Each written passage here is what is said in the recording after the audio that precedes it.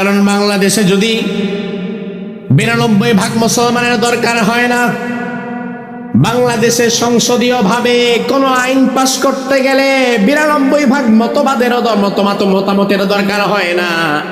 বাংলাদেশে কোন আইন পাস করতে গেলে মতামত লাগে মাত্র 51 ভাগ। 51 ভাগ মতামত যাবে যেদিকে ওই আইনটাই কিন্তু বাস্তবায়ন হবে। 54 বছরের বাংলাদেশে সুদ বন্ধ হলো না, কারণ সুদের পক্ষে আমরা 51টা মতামত বের করতে পারি নাই। 54 বছরে বাংলাদেশে ঘুষ বন্ধ হয় নাই, কারণ ঘুষের বিরুদ্ধে আমরা 51 জনকে দাঁড় করাইতে পারি নাই। 54 বছরে বাংলাদেশে জিনা ব্যভিচার বন্ধ হয় নাই, কারণ জিনা ব্যভিচারের বিরুদ্ধে আমরা 51 জনকে সংসদে পাঠাইতে পারি নাই। 54 বছরে বাংলাদেশে সুদ, ঘুষ, জিনা, ব্যভিচার, মাদক দ্রব্য দিয়ে সয়লাভ হয়ে গেছে, কিছুই তো আমরা কন্ট্রোল করতে পারলাম না। তার কারণ জায়গা মতো 51% মানুষ আমরা পাঠাইতে পারি নাই, অথচ কাগজে কলমে বলা হয় এইটা নাকি 92 ভাগ মুসলমানের দেশ। আমার ভাই 92 ভাগ মুসলমানের দরকার নাই। বাংলাদেশে শুধু যদি কোনোদিন 51 ভাগ মুসলমান তৈরি হয়ে যায় সাহাবায়ে কেরামের মতো আদর্শের মুসলমান, তাইলে ওই দিন 92 ভাগেরও দরকার নাই। 51 ভাগ মুসলমান যেই দিন বাংলাদেশে দাঁড়ায় যাবে, ওই দিন বাংলাদেশটা আল্লাহর কোরআন দিয়ে পরিচালিত হবে। 92 ভাগ দরকার হয় না, 51 ভাগ মতামত থাকলেই তো পারা যায়। ওমর ফারুক রাদিয়াল্লাহু আনহু বললেন, এটা এমন জাতি যে জাতির সংবিধানের নাম কোরআন। জোরে জবাব দেন, আমাদের সংবিধানের নাম কি? আরো জোরে। আমার ভাই, কোরআন সংবিধান হোক এমন দৃশ্য আমরা দেখতে চাই কিনা? আল্লাহ কবুল করুক, বলেন আমিন। ওমর ফারুক রাদিয়াল্লাহু আনহু বলেন, যে জাতির সংবিধান কোরআন, ওই জাতির মধ্যে আর ঝগড়া বিবাদ কেন হবে? ওই জাতি তো কোরআন দিয়ে তাদের নিজেদের ঝামেলা তারা নিজেরাই মিটিয়ে ফেলবে, কারণ কোরআন আছে যেখানে শান্তি আছে। কোরআন এমন একটি কিতাব, একটি সমাজ ব্যবস্থা পরিবর্তনের জন্য দুনিয়ার অন্য কারো তন্ত্র মন্ত্র, ফর্মুলা, নিজস্ব মন মস্তিষ্ক প্রসূত কোনো কিছুর দরকার হবে না, যদি কোরআনকে সেই সমাজে বাস্তবায়ন করা যায়। রাসূলুল্লাহ যে জামানায় এলেন, দুনিয়ার সব মানুষ তো একমত, ওই জামানার নাম ছিল আইয়ামে জাহিলিয়াহ, জাহালাতের যুগ। ওই জাহালাতের যুগে এই কোরআন দিয়ে রাসূল মাত্র কাজ করতে পেরেছিলেন 23 বছর। কয় বছর?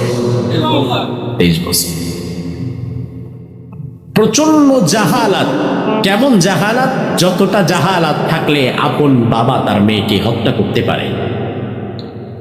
কতটা জাহালাত? যতটা জাহালাত থাকলে বাবা মরে যাওয়ার পর সন্তানেরা বাবার সম্পদ যেমন বন্টন করে, বাপের যদি বউ থাকতো 3-4টা, ওই বউ সন্তানরা বন্টন করত। কতটা জাহালাত? যতটা জাহালাত থাকলে বাবা সন্তান সকলে মিলে সারা রাত মদ্যপানে কাটিয়ে দিতে পারে। এই জাহালাতের সমাজে রাসূলুল্লাহ কোরআন হাতে পাওয়ার পরে 23 বছর কাজ করতে পেরেছিলেন, এর বেশি না। এই 23 বছর কাজ করে রাসূলুল্লাহ গোটা বিশ্বের চ্যালেঞ্জ ছুড়ে দিয়ে গেলেন, খায়রুল কুরুনি কারনি। দুনিয়ার মানুষ যে জামানাকে তোমরা জাহিলি জামানা বলে গালি দিতা, জাহিলি যুগ বলে গালি দিতা, আমি নবী কোরআন দিয়ে 23 বছর এই জামানার মধ্যে কাজ করে আজকে তোমাদের সামনে চ্যালেঞ্জ ছড়ে দিয়ে গেলাম, আল্লাহর আকাশের নিচে জমিনের উপরে আমার সাহাবায়ে কেরামের চাইতে আর এই জামানার চাইতে আরেকটা উত্তম জামানা পারলে বের করে দেয়। সুবহানাল্লাহ বলবেন না? সুবহানাল্লাহ। 180 ডিগ্রি অ্যাঙ্গেল উল্টে গেছে। এক সময় যে মানুষগুলো অন্যের হক মেরে খেত, এখন তারা অন্যের হক মারা তো দূরের কথা, বরং নিজের হকটাকে অপরের জন্য ছেড়ে দিচ্ছে। আর এই টোটাল বিষয়ের সমন্বয় ঘটেছিল যেই কিতাবের সুশাসন থাকার কারণে। ওই কিতাবের নাম কি? কোরআন। রাসূলুল্লাহ তো 23 বছর পরে ইন্তেকাল করলেন, কোরআনটা রেখে গেলেন, সুন্নাহ রেখে গেলেন, ইসলামী সমাজ ব্যবস্থার চমৎকার একটি রূপরেখা রাসূলুল্লাহ রেখে গেলেন। খলিফাতুল মুসলিমিন হলেন যে সাহাবী, তার নাম ছিল আবু বকর সিদ্দিক রাদিয়াল্লাহু আনহু। ইতিহাস বলে জাআলা আবু বকরিন উমারা কাদিয়ান ফি খিলাফাতিহি। রাসূলুল্লাহর ওয়াফাতের পরে আবু বকর যখন মুসলিম জাহানের খলিফা হলেন, প্রেসিডেন্ট হলেন, আবু বকর তখন মুসলিম জাহানের প্রধান বিচারপতি নিয়োগ দিলেন যে সাহাবীকে। ওই সাহাবীর নাম হচ্ছে ওমর। কোন সাহাবী? আবার বোঝেন, খলিফা প্রেসিডেন্ট কে? আবু বকর। কে? আর ওই একই জামানায় রাষ্ট্রের প্রধান বিচারপতি কে? ওমর। দুটো পদই কিন্তু গুরুত্বপূর্ণ। একটি রাষ্ট্রের জন্য প্রধান বিচারপতি এবং প্রধানমন্ত্রী দুটো পদই গুরুত্বপূর্ণ। ওমরে ফারুক, তার ইতিহাস ঘাটলে পাওয়া যায় পূর্ণ 1 বছর তিনি প্রধান বিচারপতির দায়িত্বে নিয়োজিত ছিলেন। ফামাকাসা আমান কামিলান ফালাম ইয়াখতাসিম ইলাইহি ইতনান। 1 বছর ওমরে ফারুক মদিনার প্রধান বিচারপতি, আবু বকর হচ্ছে মদিনার প্রধানমন্ত্রী, প্রেসিডেন্ট। এই 1 বছর পরে ওমরে ফারুক একটা ইস্তফানামা লিখলেন, একটা সাদা কাগজে লিখে দিলেন যে আমি এই পদে আর দায়িত্ব পালন করতে চাচ্ছি না। ইস্তফানামা নিয়ে আবু বকরের কাছে গেলেন। আবু বকর সিদ্দিক বললেন, আজব বিষয়, ইস্তফা দিচ্ছেন কেন আপনি? মদিনার প্রধান বিচারপতি হিসাবে আপনার মতো একজন যোগ্য মানুষকে তো আমরা হারাতে চাই না, কেন আপনি চলে যাবেন বলেন? বেতন কম হচ্ছে, টাকা বাড়িয়ে দিতে হবে, বাইতুল মাল থেকে ব্যবস্থা করে দেব, বলেন আপনার কি সমস্যা বলেন। ওমরে ফারুক রাদিয়াল্লাহু আনহু বললেন, না, খলিফাতুল মুসলিমিন আবু বকর, বেতন কম নয়, বরং 1 বছর যে আপনি আমাকে এই মদিনার প্রধান বিচারপতি বানিয়ে রেখেছেন, ফালাম ইয়াখতাসিম ইলাইহি ইসনান, 1 বছরের ভেতরে আমি ওমরের দরবারে বাদী বিবাদী হয়ে একজন মানুষও তো বিচার নিয়ে আসলো না। সুবহানাল্লাহ কইলেন না? পৃথিবীতে আপনি একটা দেশ দেখান যেই দেশে 1 বছর পার হয়ে যায় কোনো ঝগড়া বিবাদ হয় না। বাংলাদেশ বাদে, কারণ বাংলাদেশ হয় না। আচ্ছা বাংলাদেশ বাদ দেন, 1 বছর পার হয়ে যায় আপনাদের ফেনীতে ঝগড়া বিবাদ হয় না, এমন হতে পারে? আপনাদের গ্রামে হয় না, এমন হতে পারে না?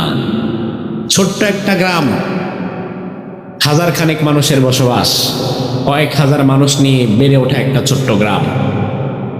ওই ছোট্ট একটা গ্রামের মধ্যেও মেম্বার আর চেয়ারম্যানদেরকে জিজ্ঞেস করে দেখবেন, বিচারের ঠেলায় চেয়ারম্যান সাহেব ঘরে ঘুমাইতে পারেন, আছে না নাই? আর ওমর বলে, আমি তো 1 বছর ধরে এই পদের দায়িত্বে আছি, তবে 1 বছরে তো আমি কোনো বিচার প্রার্থী পেলাম না, তাহলে শুধু শুধু রাষ্ট্রের টাকা নিয়ে আমার বেতন দেয়া লাভ কি? আমি অন্য কাজ করি। রাষ্ট্রের টাকা খায়া বেতন খেয়ে আমি শুধু শুধু বসে বসে বেতন নেব, এটা আমার ভালো লাগছে না। আবু বকর সিদ্দিক বললেন, ভাই ওমর, বিষয়টা কিন্তু জটিল। 1 বছর পার হয়ে গেল, কোনো মানুষ আপনার দরবারে বিচার প্রার্থী হলো না, কারণ কি? আপনাকে ভয় পায় এজন্য আসে না? ওমর বলে, না, আমি অনেক যাচাই বাছাই করে দেখলাম, কেন আসে না?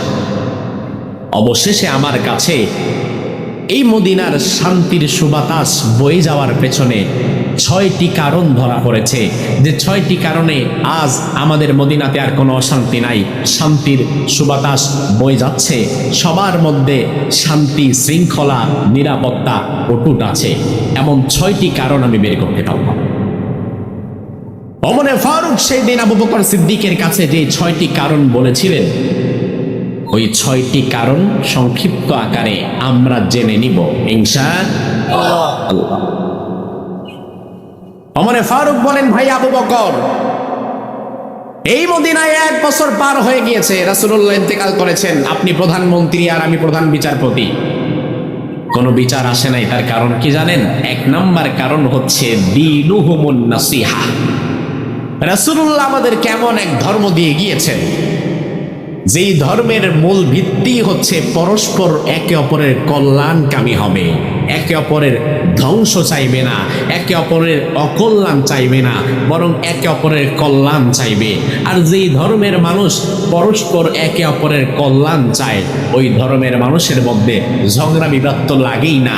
আর যদি ঝগড়া বিবাদ লেগেও যায়, বিচার আমার পর্যন্ত আসে না।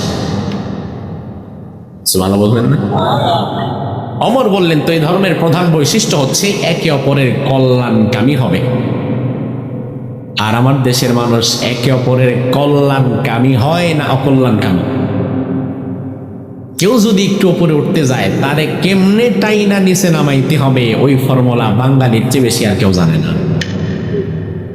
সেটা ব্যবসার দিক দিয়ে হোক, অর্থবিত্তের দিক দিয়ে হোক, রাজনীতির দিক দিয়ে হোক, কেউ যদি একটু উপরে উঠতে চায়, তারা কেমনে টাইনা নামানো লাগবে, ওই ফর্মুলা শেখার জন্য ডোনাল্ড ট্রাম্পেও বাংলাদেশে আসতে হবে, যেটা আমরা জানি। আমরা আরেকজনকে উঠাতে পারবো না, কিন্তু নামাইতে কেমনে হয় এটা আমরা ঠিকই জানি। আমার ভাইয়েরা লক্ষ্য করেন, মদিনার বাজার, সাহাবায়ে কেরাম মদিনার বাজারের ব্যবসায়ী, অনেকগুলো খেজুরের দোকান একসাথে, সাহাবায়ে কেরাম ব্যবসায়ী হয়ে খেজুর বিক্রি করছেন। ব্যবসা করাটা নবী রাসূলদের সুন্নাহ ছিল, সাহাবায়ে কেরামের মধ্য অধিকাংশই ব্যবসায়ী। এমন সময় বাহিরে দেশের একজন আগন্তুক ব্যক্তি মদিনায় এলেন, কিছু খেজুর কিনে নিয়ে যাবেন। আমরাও যখন হজ এবং উমরায় যাই, আসার সময় খরমা খেজুর আনি কি আনি না? খরমা খেজুর সুরমা এগুলো তো আমরাও কিনে আনি। ওই বহির্বিশ্বের আগন্তুক মদিনার বাজারে যখন এলেন, মদিনার বাজার থেকে একটা দোকানে তিনি দাঁড়ালেন। ওই দোকান থেকে তিনি 5 কেজি খেজুর বাছাই করলেন, দামাদামিও ঠিক করে ফেললেন। এবার সাহাবী দোকানদার যিনি, তিনি ব্যাগের মধ্যে খেজুরগুলো ভরবেন, এমন সময় কি ভেবে যেন আবার থেমে গেলেন। তিনি খেজুরগুলো ব্যাগের মধ্যে না ভরে থেমে গেলেন। থেমে গিয়ে ওই ক্রেতা ব্যক্তিকে সাহাবী দোকানদার বললেন, ভাই আপনি কি এই মানের খেজুরটাই নিবেন? বলে হ্যাঁ নিব। এই দামই দিবেন? বলে হ্যাঁ এই দামই দিব।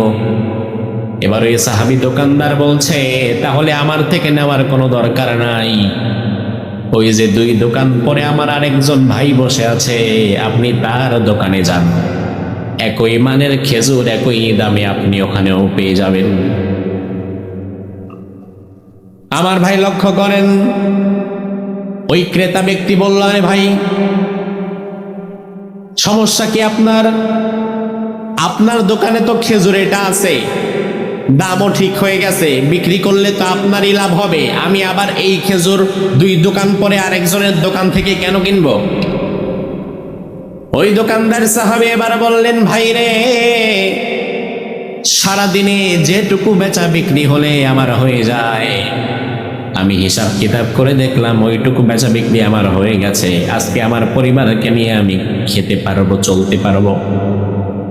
তবে 2 দোকান পরে আমার আরেক ভাই, আমার মুসলিম ভাই, আমার ধর্মের ভাই, আমার দ্বীনি ভাই, আমি তার দোকানের দিকে তাকিয়ে তাকিয়ে দেখছিলাম, আজকে সারা দিনে তার দোকানে তেমন কোনো বেচা বিক্রি হয় নাই।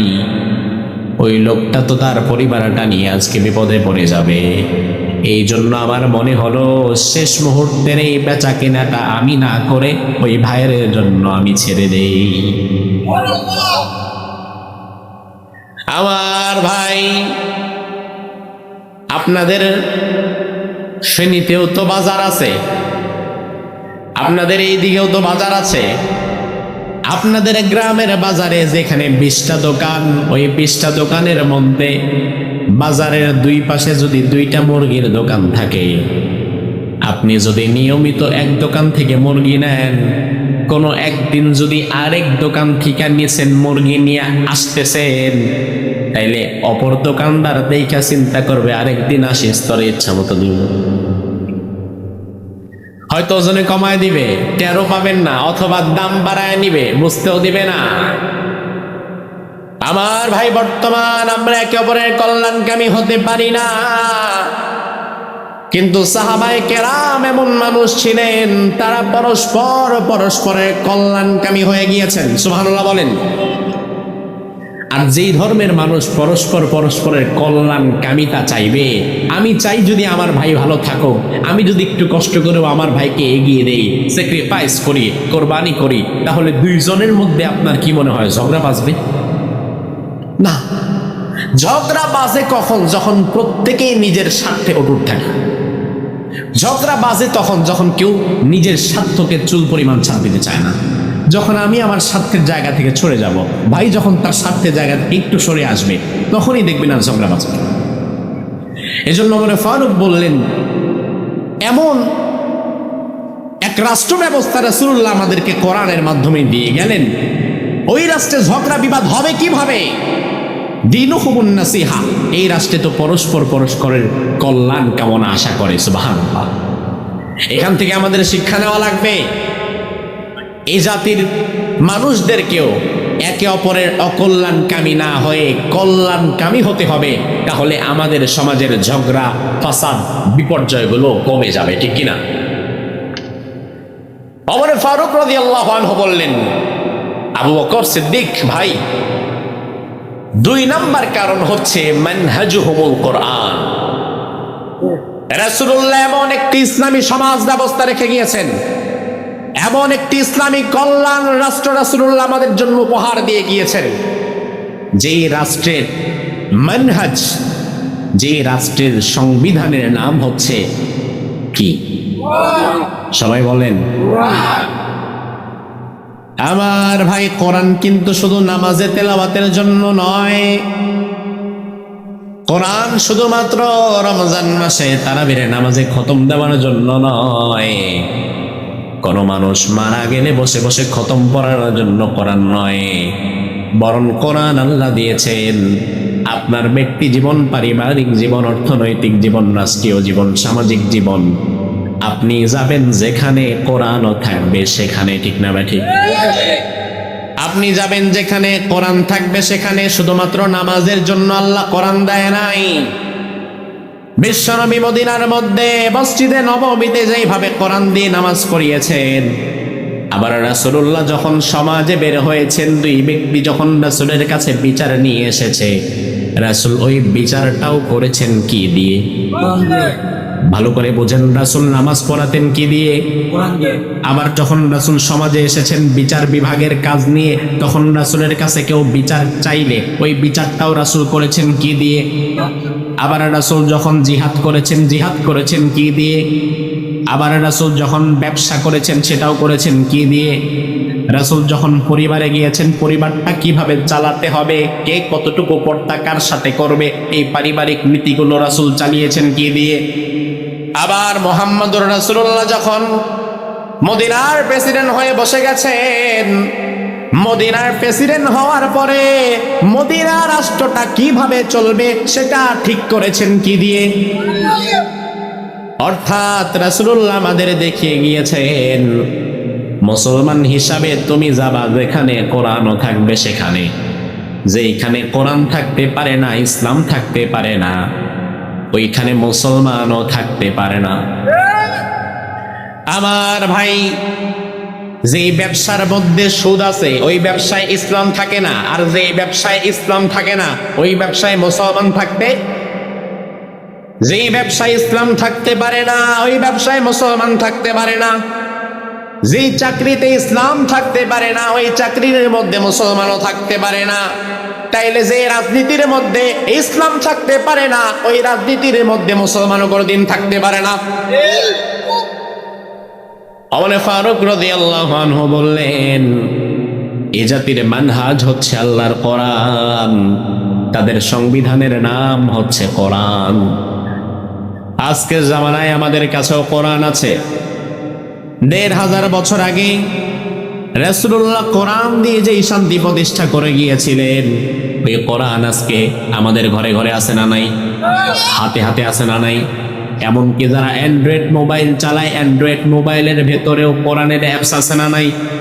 মসজিদে কোরআন আছে, মাহফিলে আছে, মাদ্রাসায় আছে, সমাজে আছে, প্রত্যেকের ঘরে ঘরে, বাড়িতে বাড়িতে বাড়িতে বাড়িতে কোরআন আছে। এত কোরআন থাকার পরেও সমাজে শান্তি নাই কেন? তার কারণ আমার ভাই, কোরআনটাকে আমরা কিনে গিলাফের মধ্যে পেঁচায়া ওই যে তাকের উপরে উঠায়া রাখছি। রমজান ছাড়া কোনোদিন কোরআনটারে খুইলাও দেখি না।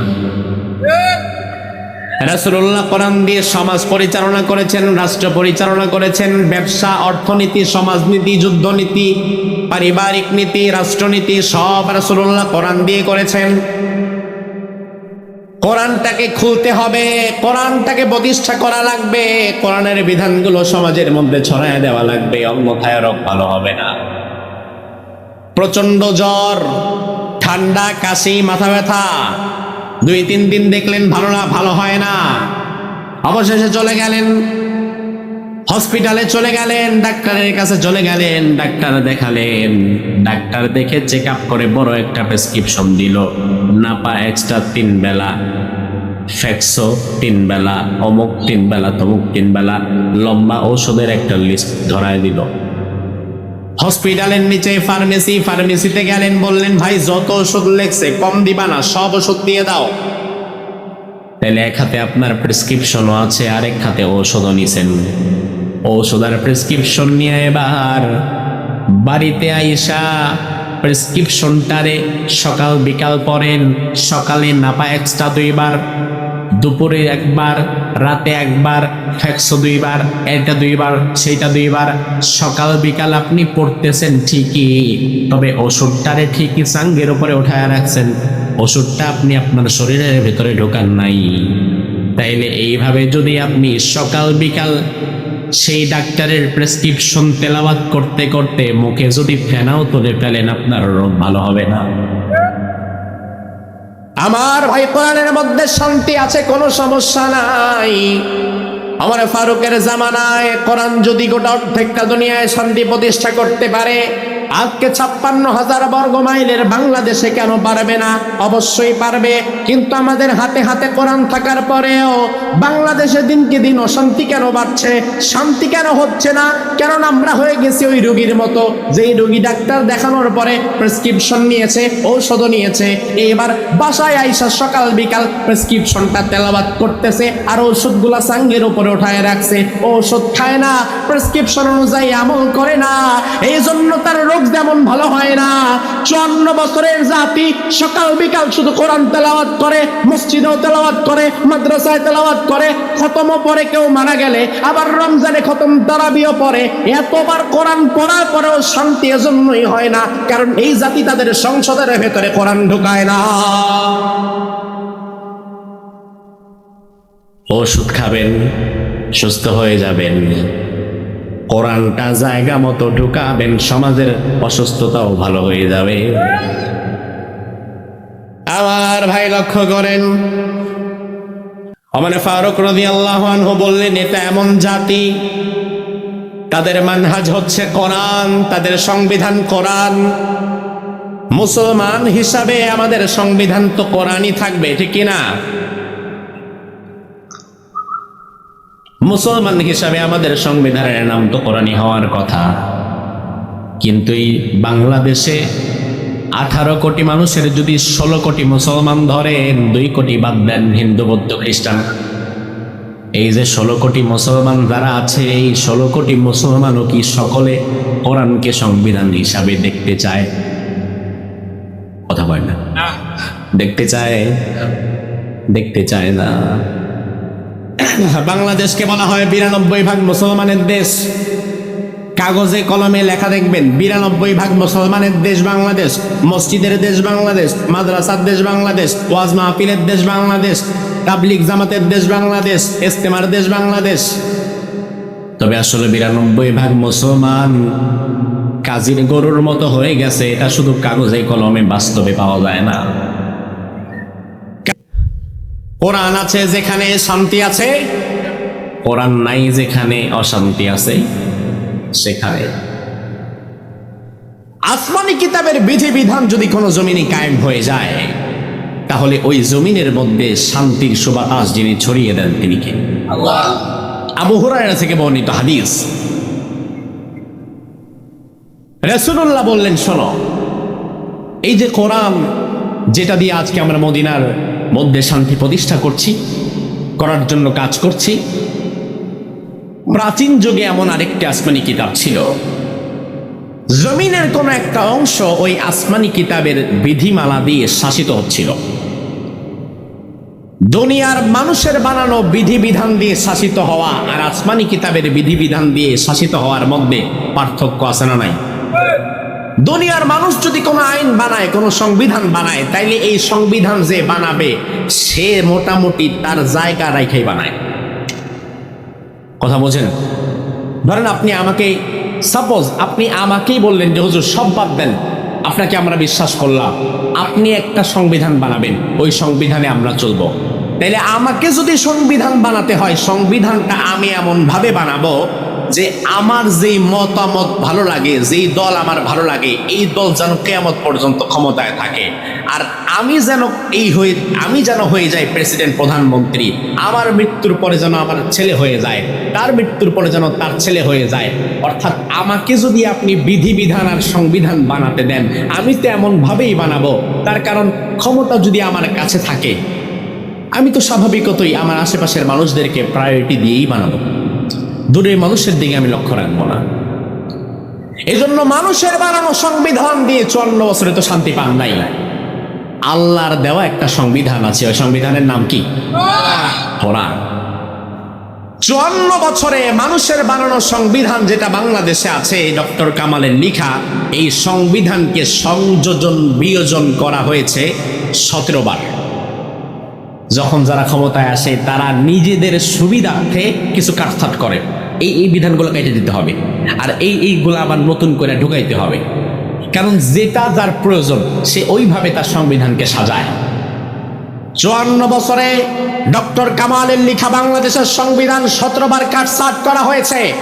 নিজেদের সুযোগ সুবিধার জন্য যখন যারাই ক্ষমতায় যায় তারাই কাটছাট করে নিজেদের মতো করে বানায় যায়। এবার আপনাদের কাছে আমি প্রশ্ন করি, আল্লাহর দেওয়া একটা সংবিধান কোরআন আমাদের কাছে আছে না নাই? 1500 বছরে কোরআন কাটছাট করা হয়েছে কয়বার? একবার হয়েছে? আচ্ছা ধরেন এখনো হয় নাই, কিন্তু কিয়ামত পর্যন্ত 2-4 বার হওয়ার সম্ভাবনা তো আছে, তাও আছে না? তাহলে দুনিয়ার মানুষের বানানো সংবিধানে ফাঁক ফোকর থাকে, দুনিয়ার মানুষের বানানো আইনের মধ্যে গাইন হয়ে যায়, ফাঁক ফোকর থাকতে পারে, কিন্তু আমার আল্লাহর আইনের মধ্যে কোনো ফাঁক ফোকর নাই। এখানে ধনী গরিব আমির ফকির সবাই সমান, ঠিক কি না? আর দুনিয়ার মানুষ যেটা বানায় এখানে সবাই সমান হতে পারে না। দুনিয়ার মানুষের বানানো সংবিধান হচ্ছে মাকড়সার জাল, যেমন তেমন। মাকড়সার জাল ঘরের ওপরে